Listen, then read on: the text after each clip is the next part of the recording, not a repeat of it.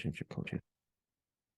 Hello and welcome back to another episode of Inside the Asperger Studios. Are you someone on the spectrum who has trouble keeping friends or keeping relationships or even just finding friends or finding that certain someone? Well, my next guests, Jeremy and Ilana, are relationship coaches and friendship coaches. They help those of you out there who have ASD find friends and keep them and find a relationship and keep it. So sit back, relax, and grab your favorite beverage, and I'll see you on the other side. See you there.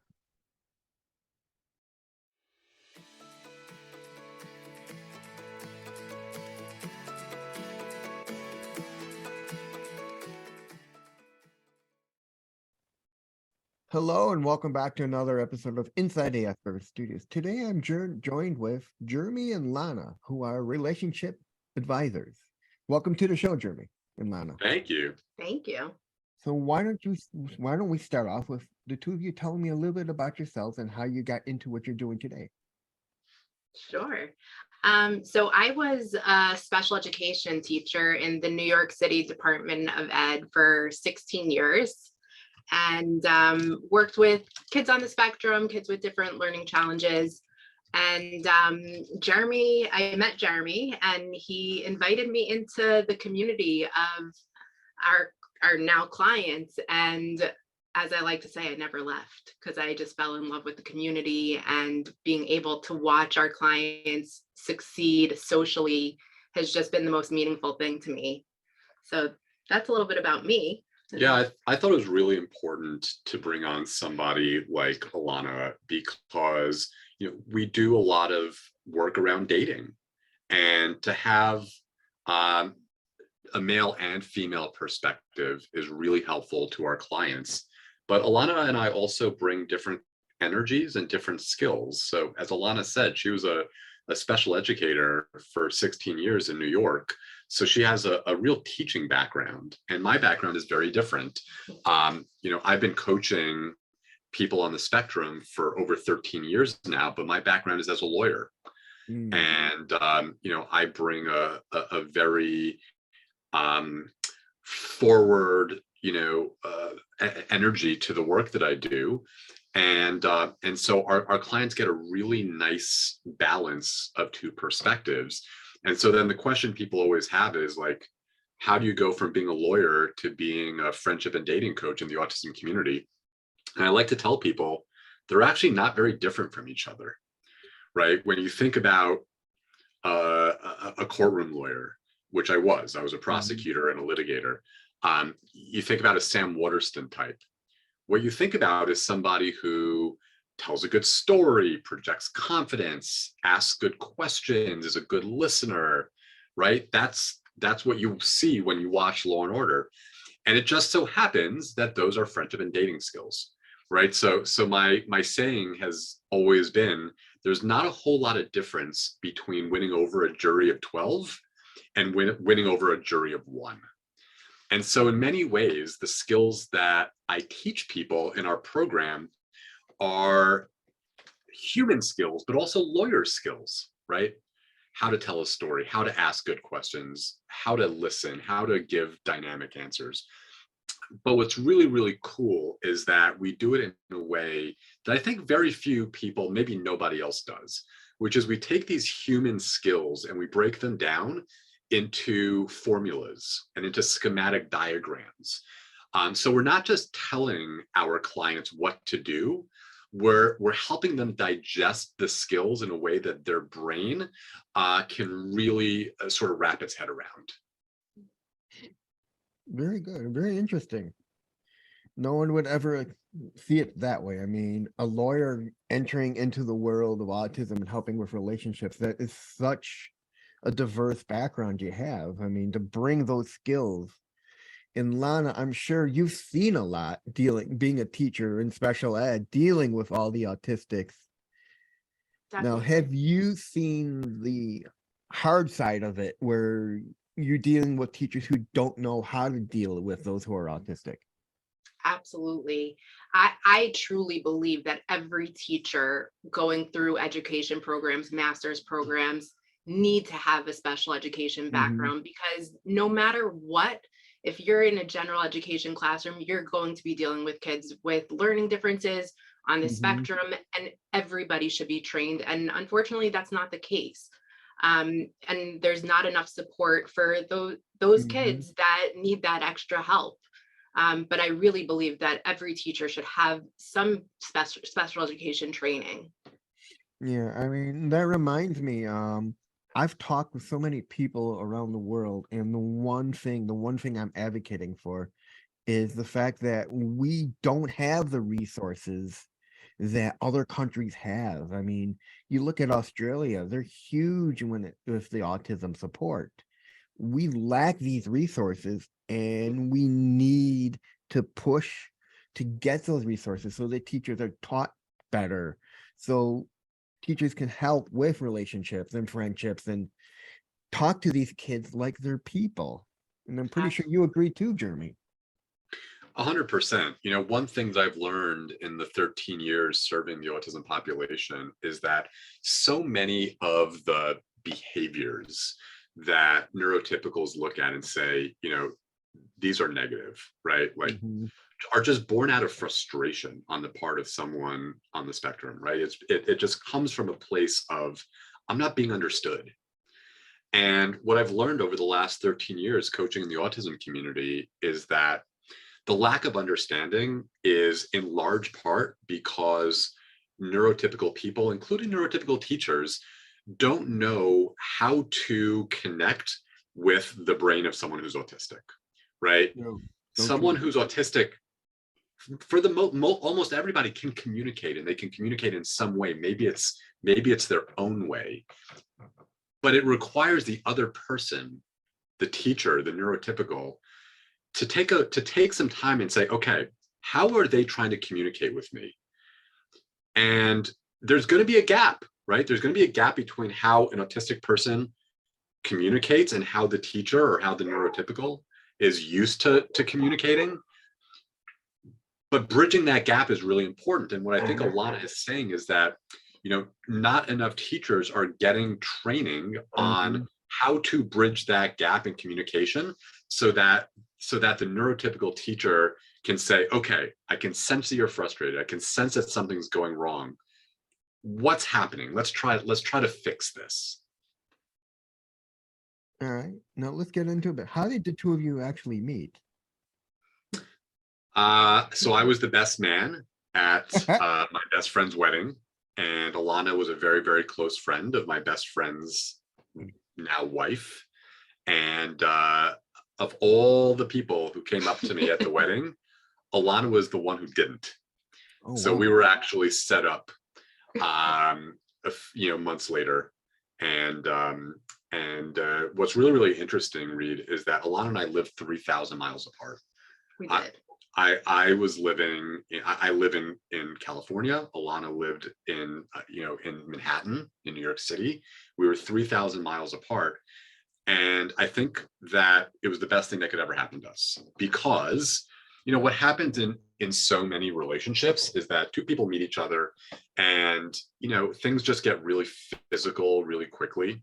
Um, And aside from the physical, I would even say just you end up doing things kind of in parallel, like sitting on the couch watching Netflix and, eating dinner together. So you don't have that communication. Yeah, so I would agree with that, and especially I would say in the autism community, maybe physicality doesn't come so fast or not in the same way. But the point that I was trying to make, Reed, is that being 3,000 miles apart, the only thing that we could do together was talk. And so, Ilana and I spent months just talking with each other every day, every night. And we got to learn each other's souls. But what was really important for us was talking for months and months and months before we met also meant that we had a method of communication, right? So we just talked about this before, right? Different people's brains communicate differently. Mhm. Well, because we didn't have the option of just watching TV together or just eating together, we had to learn how each other's brain works, and we had to connect our two brains, and we were able to do that because we were 3,000 miles away. Yeah. Now, how did the idea come up for the two of you to help those with on the spectrum with dating and finding friendships? So that's a great question. And the truth is, like, I was not going out into the world looking to serve the autism community. I say this very humbly. I had a complete and total misunderstanding of what autism meant Mm, back before I started this. I have a family member who is on the spectrum. He lives in assisted living. You know, he has the communication ability of a young child, right? He has the emotional capability of a young child. And for me, growing up, that was what my conception was of autism, right? It's just it was a very limited understanding of autism. And then let's call it 15, 16 years ago, I started an organization in New York City that aimed to bring together, Jewish young adults. And what I found was that a lot of the people who were coming to our events, and we're talking like 150 people at a time, were really socially awkward. They were coming to feel community. They were coming to find dates, but they were really socially awkward. And a few friends of mine who were in that community said, "Hey, Jeremy, like, can you help us? Like, you walk into an event by yourself and you walk out with a crew. What are you doing that we're not?" And the honest truth was, I said, like, I don't know. Like, I'm just being me. And they said, "Well, teach us." And I didn't, at least not right away. I spent 3 years really learning the science of what makes people drawn to each other. And in fact, many of the books that you can see behind me right now, because you and I are on Zoom, you can see some of these books that I read to really get an understanding of what makes human beings connect with each other. And then, like, 3 years later, I went to the Jewish Community Center in Manhattan, and I said, "Hey, I'd like to put on a workshop for singles, to help them connect better." And they said, "Jeremy, do we have to pay you?" And I said, "No." And they said, "Great, let's do it." And so I started putting on these really innovative dating workshops. They were like nothing else anybody had ever seen, because I was not only teaching men and women the science of how to be more magnetic to each other, but then I was also bringing them together and coaching them in real time as they were interacting with each other. People loved that. What I didn't know at the time was that the JCC also hosted 3 organizations for people with special needs. mm, And all 3 of them were knowingly or unknowingly sending people to these workshops that I was doing, which was for everybody. I wasn't doing them in particular for the neurodivergent community. And so I had all these neurodivergent people coming to my workshop, and then the organization started hearing about it, and they said, "Well, why don't you come do workshops for us?" And so I did. I started doing workshops for organizations that specialize in helping people with special needs, and one of the big ones was adaptations at the Silver Center for Special Needs. And I remember the first time that I did a workshop for adaptations, Allison Kleinman at the time was the executive director, and we did a workshop, and people were just kind of staring into space, and they were on their phones and doing their own thing.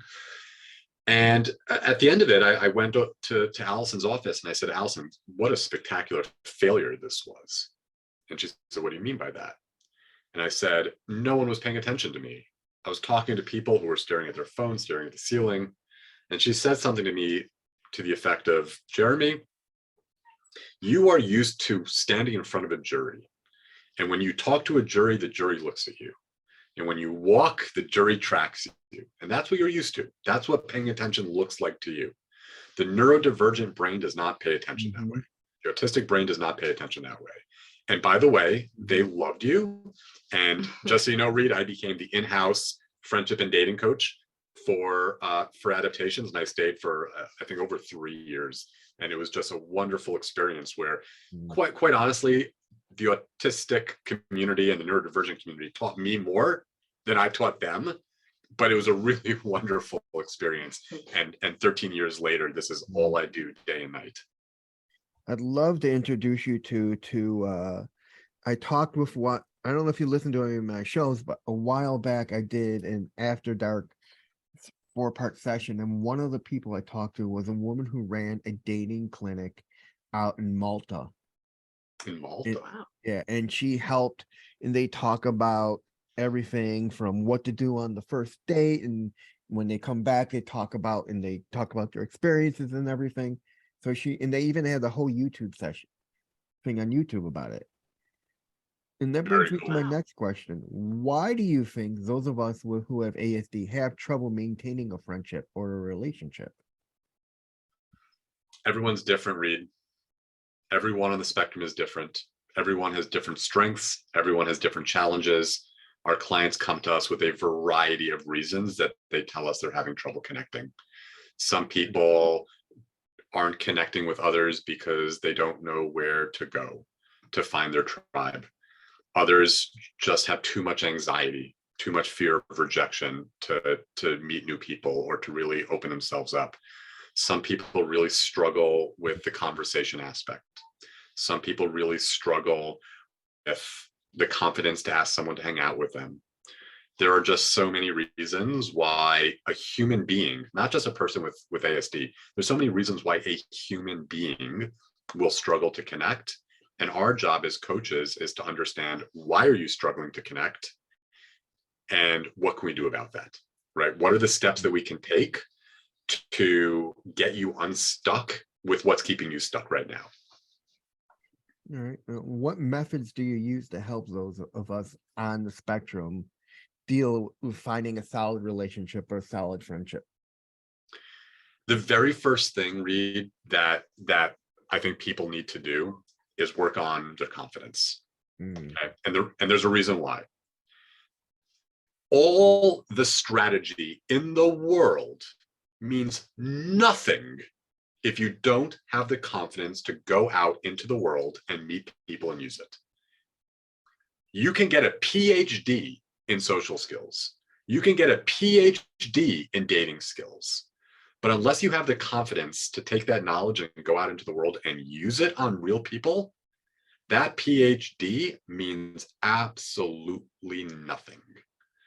And so everything that we do starts with having the confidence to go out into the world and bring your light and your love and your goodness to other people. Then we can get started on strategy. But everything starts with confidence, and then knowing what you're looking for, and then having a strategy for going out into the world and finding what you're looking for and using the skills that you've been developing. All right.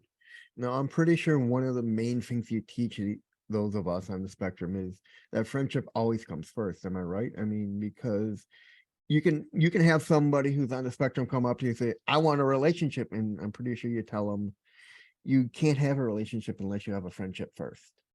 Yeah, look, there are 9 billion people in the world or something like that, right? There are always going to be exceptions to the rule where someone has a partner or husband or a wife and no friends, right? I'm not going to pretend that there isn't. But, one of the things that, I've learned over the years talking with other people who are more expert than I am is that there are 3 elements to a friendship. Okay. So let's start with that, right? Element number 1, you share a common interest or a passion or a hobby, right? But you share some common thing that you both enjoy. Okay. Element number 2 is mutual respect for each other, right? You love them for who they are. They love you for who you are. You can be your genuine self around them. They can be your genuine self around you. That's important to a friendship. And then element number 3 is that you put in roughly equal energy, which means, you're not the one who's always calling them to hang out, right? They put in some effort too. And granted, not everyone's going to put in equal effort all the time. Sometimes friendships do get lopsided because someone is having a hard time. That's fine. But over time, you both want to feel that you both put in the effort, right? So that's a friendship. Now, what is a relationship? Well, it's the same 3 things plus physical attraction and intimate touch, right? And intimate touch is different for different people. Physical attraction is different for different people. But those 5 things are what a relationship is built on. And 3 of those are friendship skills, right? So how do you have a relationship that is going to be successful in the long term if you haven't worked on the skills to be a good friend first. Because friendship is 3 elements, Mm-hmm. and a relationship is those 3 plus the additional 2 of attraction and touch. I don't see how you can have a solid, successful long-term relationship, romantic relationship, without learning how to be a friend first. That's my opinion. And that reminds me of a story. I mean, I have a really good friend I met online who's autistic like me, and I became friends with both him and his boyfriend. And one day his boyfriend comes to me. I don't know what to do. I'm gonna kill him. I'm like, why? What's wrong? He's like, everything he does, he only does for me. He copies me every step of the way, and I feel like I'm suffocating. Mm. I'm like, okay, let me talk to him. Don't break up with him. Let me see what I can do. I talk with my friend and I'm like, listen, you gotta be your own person.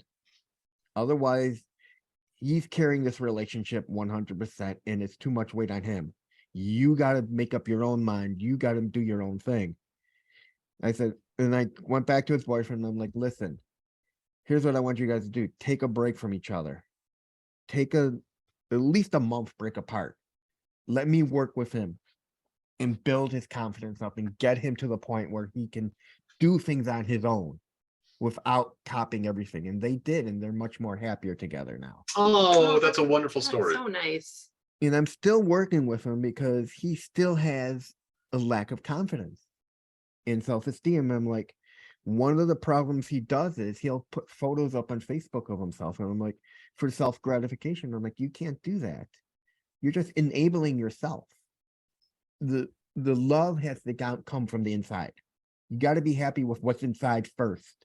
Absolutely. before you Absolutely. can love someone else. I'm like, you need to be happy with yourself before you can be happy anywhere else.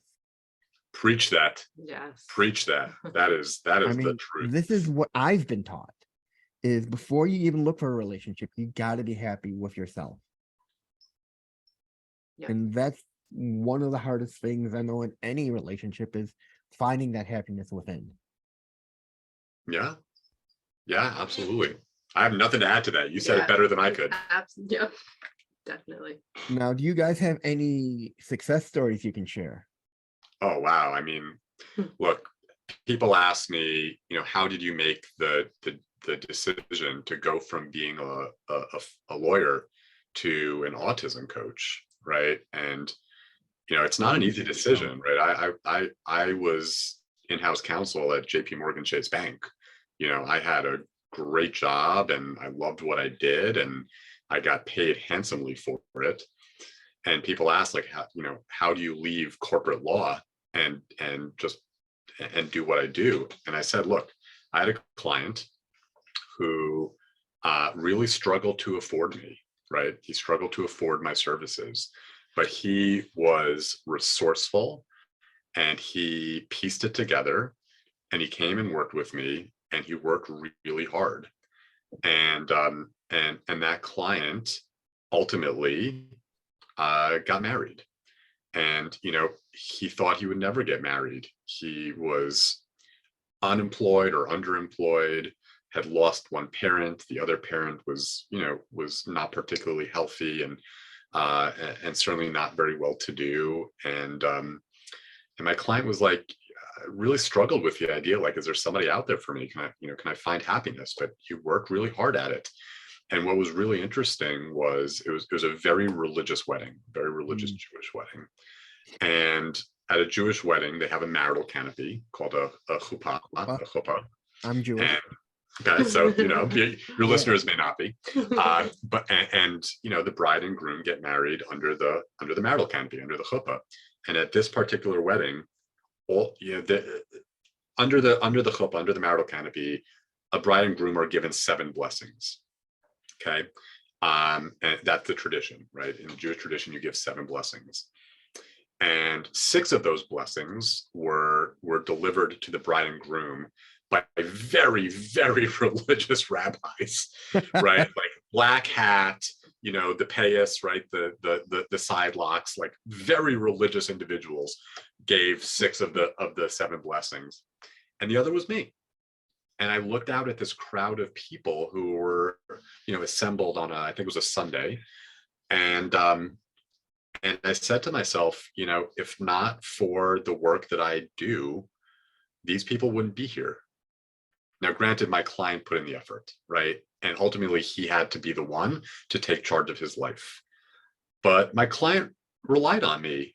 And, even 10 years now, this was 10 years ago that I started working with this client. Even to this day, he reaches out to me every couple of weeks and just says hi and thanks me and all that stuff. But I was at this wedding and I'm on the stage, whatever you call it, and I'm looking at these people. I'm like, I need to look back at my life one day, Reed.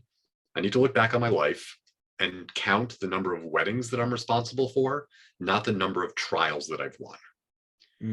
And that was the beginning of me saying to myself, I need to figure out a path to being a full-time coach in the autism community and a zero-time lawyer. And it took me a few years because I had a wife, I have 2 kids. It's not easy leaving a corporate legal job with the corporate legal salary and coaching full-time, but here I am. I did it. I was committed to my purpose in life and I did it. I'm very proud of you. Thanks. And I'm proud of our clients. Yeah. Because they do incredible things. They inspire us every day. It's just unbelievable what they accomplish. I know. I mean, I see what we struggle with. And I mean, I don't have half of that. I have like more confidence than most, but I see what the other half deals with and the confidence and everything else. And it's a struggle when you deal with your own self-confidence. You always have self-doubt, and you're always thinking to yourself, is she gonna say yes? Is she gonna like me? And then you kind of back yourself into a corner and you just say, forget it, I'm not gonna do it. Or even with friendships, you're afraid to approach people to become friends because you're afraid they're not going to accept you. That's right. It's paralyzing. The fear of rejection is paralyzing. I mean, I've had that feeling all through high school, but I was confident in myself. I knew that I could do it. I mean, I've had girlfriends before, and so it's just a matter of time for me. We love hearing that. Now, what is a typical day like for the 2 of you? I wake up at like 7, a little after 7. And the very first thing I do is I spend just a couple moments thinking about what I want my day to look like, what success looks like for me, how I'm going to get through the day while being the best I can be for my clients. And then before I even get out of bed, before I even throw off the covers, I open my email and I see, what questions did my clients ask overnight?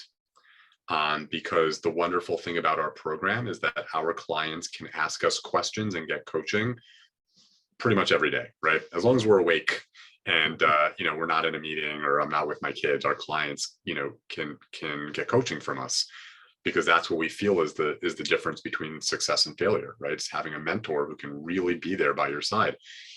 So I look at my emails. I get a sense of what questions my clients are having that day. And then I start thinking about, okay, what do I want to answer? And then I get out of bed. I get my kids fed and clothed because they are young, and I get them off to school.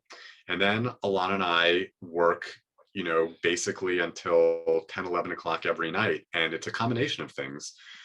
We have calls with prospective clients. We call those strategy sessions. They are free and they take about 90 minutes. So it's a pretty substantial chunk of our day. And we talk with, an autistic adult and their parents together, and we get an understanding of, what do they want their social life to look like? Where are they getting stuck, and what's the path forward? And if they want to work with us, great. And if they don't, that's fine too. So we do a lot of those. We do a lot of coaching our clients. So we get together with them on Zoom, or we answer their emails, and we do a lot of networking with other autism practitioners, because one of the things that we've seen in the autism world is that it's very siloed, right? The therapists talk to therapists, the coaches talk to coaches, the nonprofits don't talk to each other for the most part, right? Everyone sort of has his or her or their own niche, and there's very little communication, amongst each other. And so, Ilana and I get a lot of emails from families and from people on the spectrum who are looking for help, and it's not the kind of help that we provide.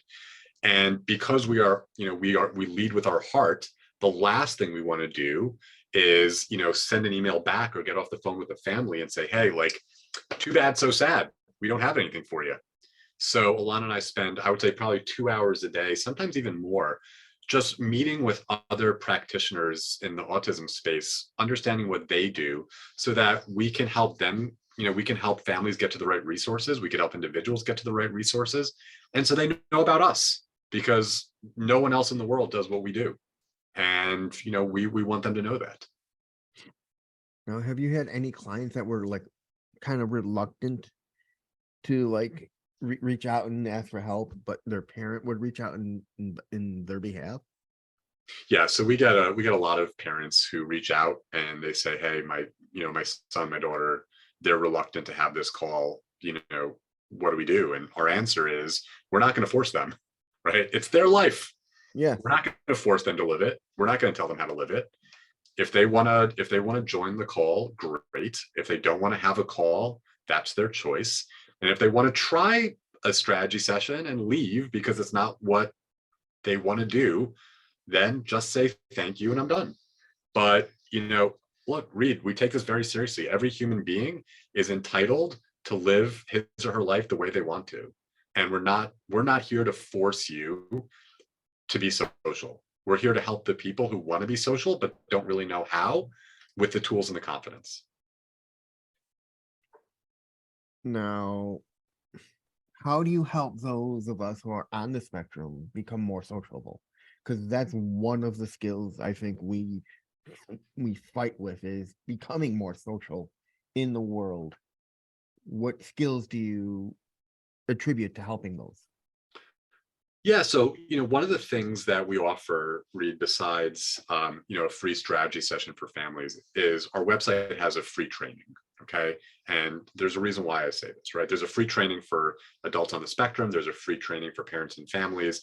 But what it does is it lays out 5 steps, right? Mm-hmm. Really sort of 5 things that you need if you're lonely right now and you want to be less lonely, be more social, right? Number 1 is you got to know what you want. Because there's an old saying in Alice in Wonderland, right? If you don't know where you want to go, any road will take you there. Mm-hmm. You have to know what you want. And just saying, oh, I want someone who's nice, who'll do stuff with me, it's not enough, right? You can't plan a strategy around something so vague. So you really got to spend some time understanding, what do I want my life to be, okay? And then you have to go out there and find where these people are spending their time, right? Once you know who you want, you got to start doing some research on where to go to find them. And obviously that's something we do with our clients, right? We call it finding your tribe. And then, then you need to have a mental library of questions and answers and stories, right? Because so much of the anxiety that a lot of our clients on the spectrum feel is because they're worried they're going to get tongue-tied or their mind is going to get blank. And so having a mental library of questions that they can ask and stories they can tell and answers that they can give really helps them with the confidence to know, you know what, getting tongue-tied and my mind going blank is not really going to be a problem. So step 3 is really having that mental library. Step 4 is really understanding what your strengths are. We call them superpowers. There's actually a difference between a strength and a superpower, right? A superpower is a strength that you actually use in real life. Mm-hmm. But you have to know where your strengths are, because it's very easy as a human being, not as an autistic person, as a human being, to focus on what you feel you're weak at, right? We're worried that other people are going to see our deficits. We're worried that other people are going to see our weaknesses. And so as humans, we tend to focus on what those weaknesses are, and it saps our confidence. And so it's really important to understand what are your strengths so that you can focus on that and how to bring your strengths into the real world and make it a superpower. And then number 5, you have to have a mentor. The end, right? That's the secret. Because no matter how good your plan is, no matter how much confidence you have, there's going to come a time in your life, Reed, when whatever that strategy is stops working. And when that strategy stops working, you're either going to quit on yourself because you've been frustrated all your life, so you're going to quit, or you're going to spend weeks, months, years trying to figure out what went wrong. And so the much, much, much easier option is to have a mentor who knows what you're struggling with, knows how to fix it, and then you can get back to doing what you're doing. But, if I say this really humbly, if you look at any human achievement ever in any realm, there was a coach or a mentor behind it. Doesn't matter if you're Michael Jordan or Gordon Ramsay or, you win the Super Bowl. It doesn't matter who you are. If you've succeeded at something in life, you've had a mentor behind you who knew how to help you succeed. Mm-hmm. Because otherwise, it's going to take way too long to succeed and you're going to quit along the way. Those are the 5 steps. Interesting. Now, what do you think is harder for those of us on the spectrum? Finding friends and keeping them, or finding romance? I think it's actually, the answer is contained in something that we talked about before, which is finding and keeping a true friend is 3 steps, right? It's 3 things: common interest, mutual respect, equal energy, right? Yeah. And a relationship, dating, is 2 things on top of it. You ask me, is it easier to find 3 things or 5 things? I say, if you know how to find the 3 things, then you can go out and find the other 2. So friendship, knowing how to be a friend, is the path to knowing how to be a better partner. I think that answers the question in a way that's very real. I see that looking at Lana. Yeah, I would just add to that you have friends that almost serve different purposes in your life, and you can have different tribes. So there's just more opportunity. When you're looking for a partner, you're looking for that one person that's going to serve your life. You're going to do life together. So you might have your friend in a bowling league, or that likes to play video games with you, or likes to go hiking. So you have more opportunities to engage with different people in different ways. But when you're looking for that one person that you're going to spend your life with, I think it's just trickier to find that your other half.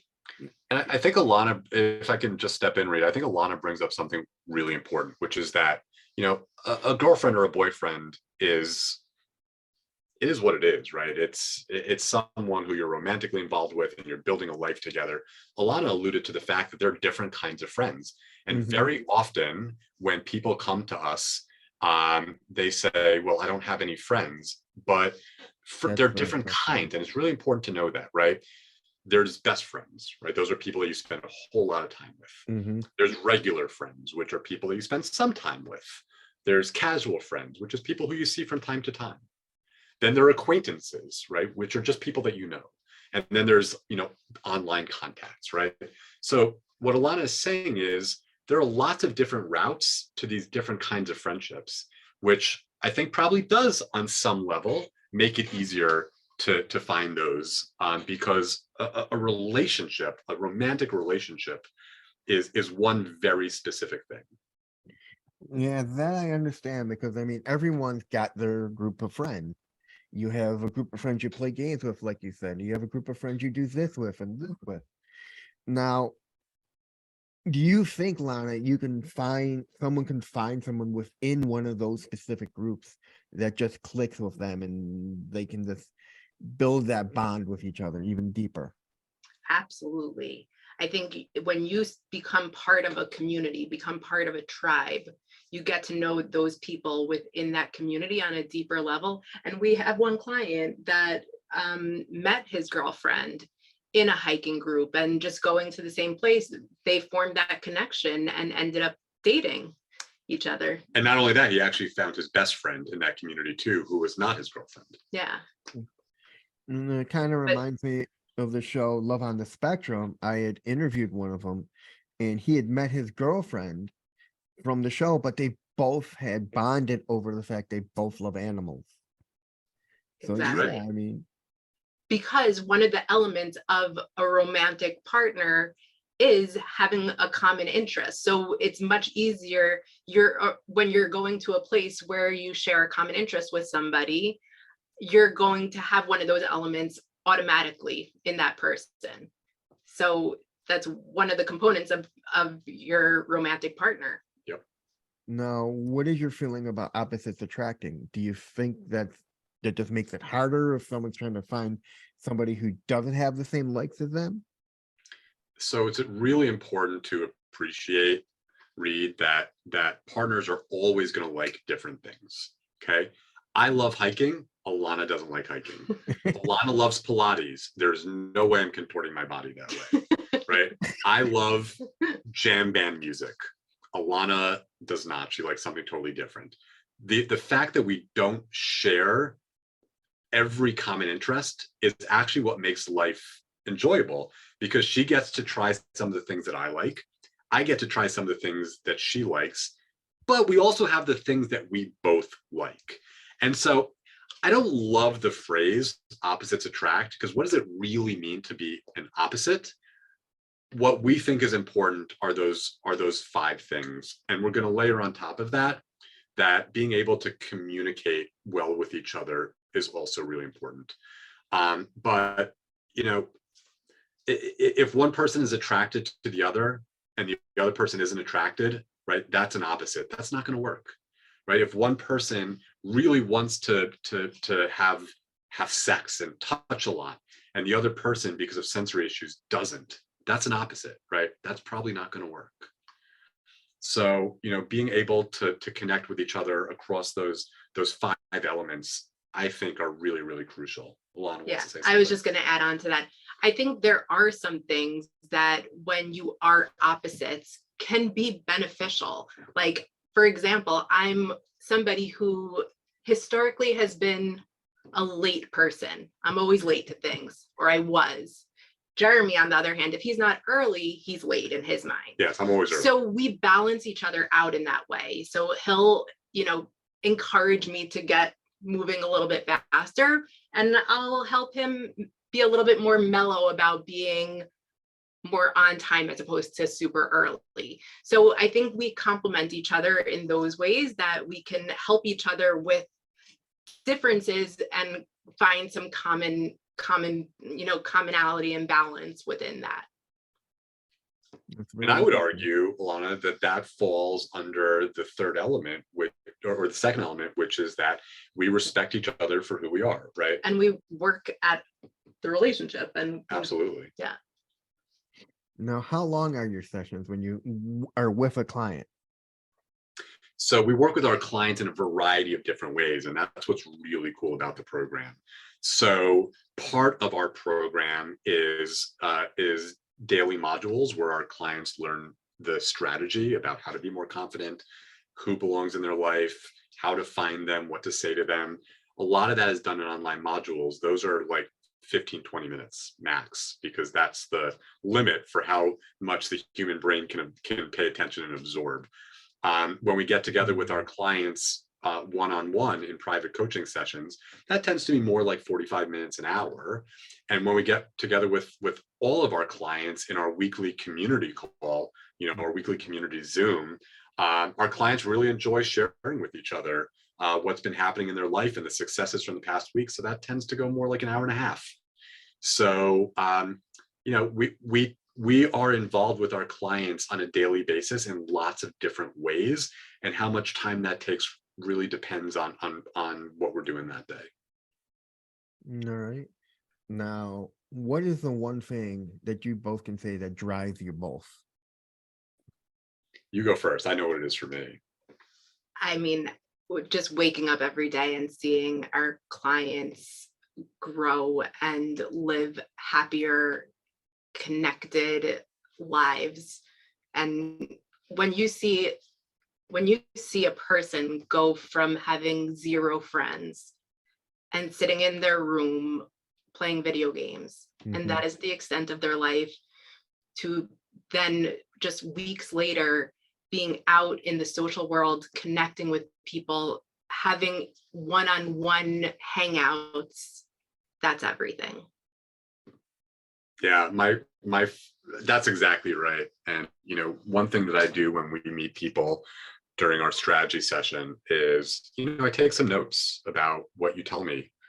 You're gonna, you know, when you tell me how you feel, that you feel lonely, that you feel frustrated, that you feel isolated, angry, whatever. I take some notes, right? Because I want to remember that. And then a month later, we look back on that. Have you changed? 2 months later, we look back on that. Have you changed?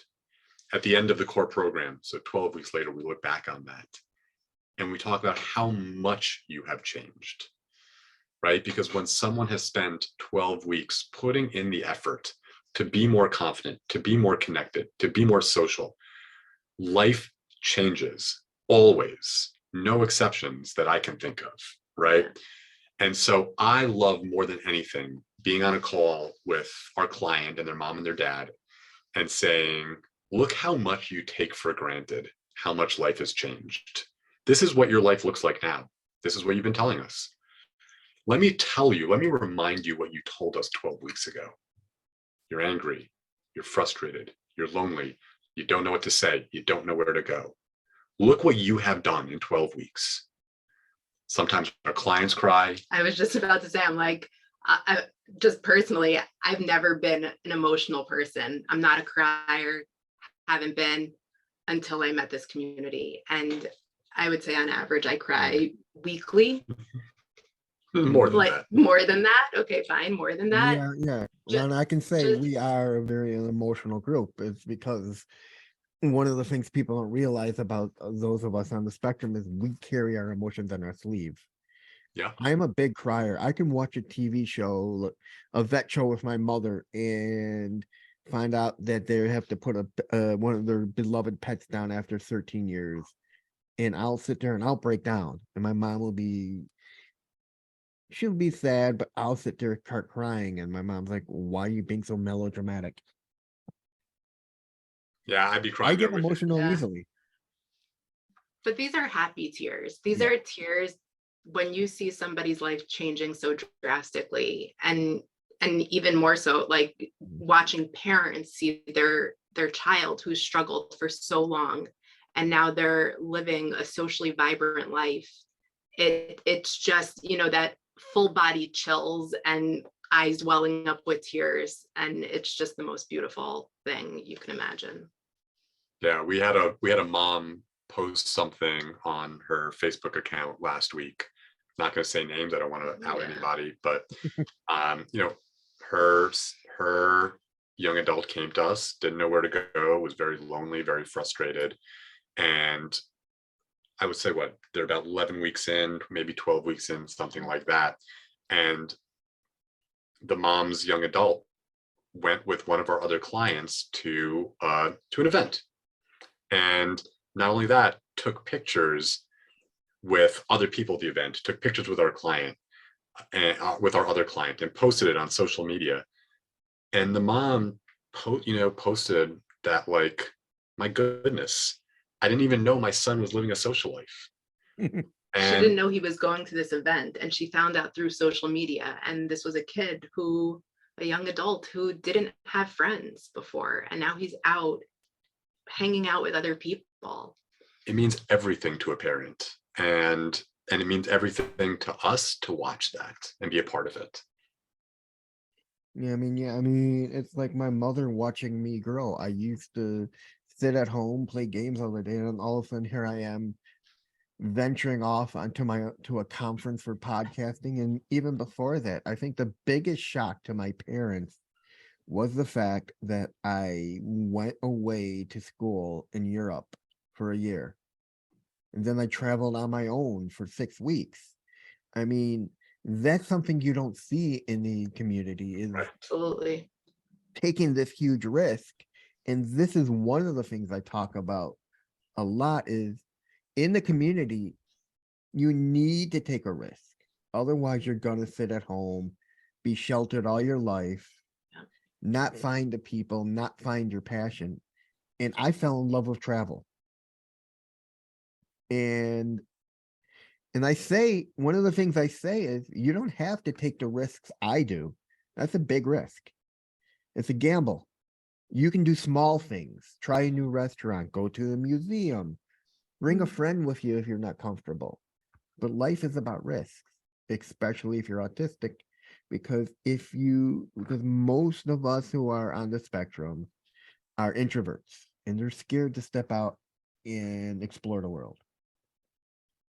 I think your use of the term risk is really interesting, and I say that because I come from a banking law background, right? When Mhm. you are a lawyer for a bank, everything that you think about is in terms of risk.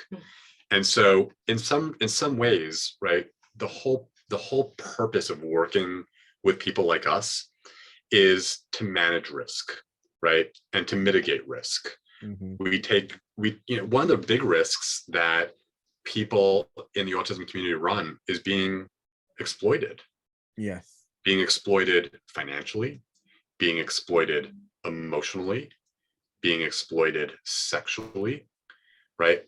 Exploitation is a real risk. And so having the social skills and having a mentor is really, those are essential parts of managing that risk and mitigating those risks, but also increasing the risk that you're going to enjoy yourself. Yeah. And increasing the risk that you're going to be in contact with the people who make your life feel amazing. Yeah. And that's why a lot of them mask, because they're afraid to show who they are in the real world. And it's a shame because masking takes too much energy, man. It's not worth it. It's not worth it. I know. And I've talked about this in great detail. What people don't realize is when you mask, you're hiding who you truly are. Yep. And it takes so much energy out of you. By the time you get home from pretending to be somebody you're not, you're exhausted. Yep. Oh yeah. And I've talked with parents who have kids on the spectrum, and their kids will come home and they're like, don't talk to me for 45 minutes. And they go up into the room and they chill. Mm-hmm. And I've never masked my entire life, and I never will, because I don't care what people think of me. I mean, there was a YouTuber who responded to a comment about how do you deal with all the hate, and she said, Mhm. listen, if you stop caring about what people think of you, the minute you stop caring about what people think of you is the minute you start living your life. And that's what I always go by. I don't care what people think of me anymore. I'll just keep living my life. It's your opinion, your thoughts. It doesn't affect me. It doesn't stop me. And this is the way the community needs to start thinking: is don't let what others think of you stop you from doing what you're doing. Keep doing it. Don't be afraid. I think it comes back to that second element that we've been talking about throughout this discussion, which is mutual respect, right? If they don't love you for who you truly are, is it really a true friendship? I'd argue no. They're in love with a not real version of you, Yeah, and that's not fulfilling. It's like what I've told my friend. He's so paranoid he's gonna lose his boyfriend. I'm like, listen, if he loves you for who you are, he's never asked you once to change. That's a true friend. He's there for the count. Love that. And finally, where can people find out more about you guys? So our website is mybestsociallife.com, and you can find a little bit about me. You can take the free training, and feel free to reach out to us. And my email address is jeremy@mybestsociallife.com, and Ilana is ILANA, Ilana@mybestsociallife.com. And one thing that we do is when we respond to people, under our signature is the links to the training, and links to the podcast that we've been on, and the column that we have in a magazine, and the interviews that we've done. And we encourage people to really get to know what our philosophy is and what our methodology is. And ultimately, if you want to talk about what we see as the path forward for you and maybe working together, reach out to us for a strategy session. There's a link at the end of the training.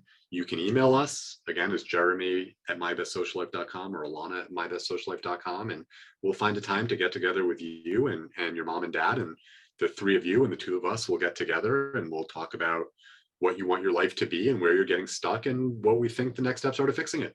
And those are the best ways by far. All right, everyone. And that was Jeremy and Lana from Our Best Social Life. And I'll see you in the next one. See you there, everyone.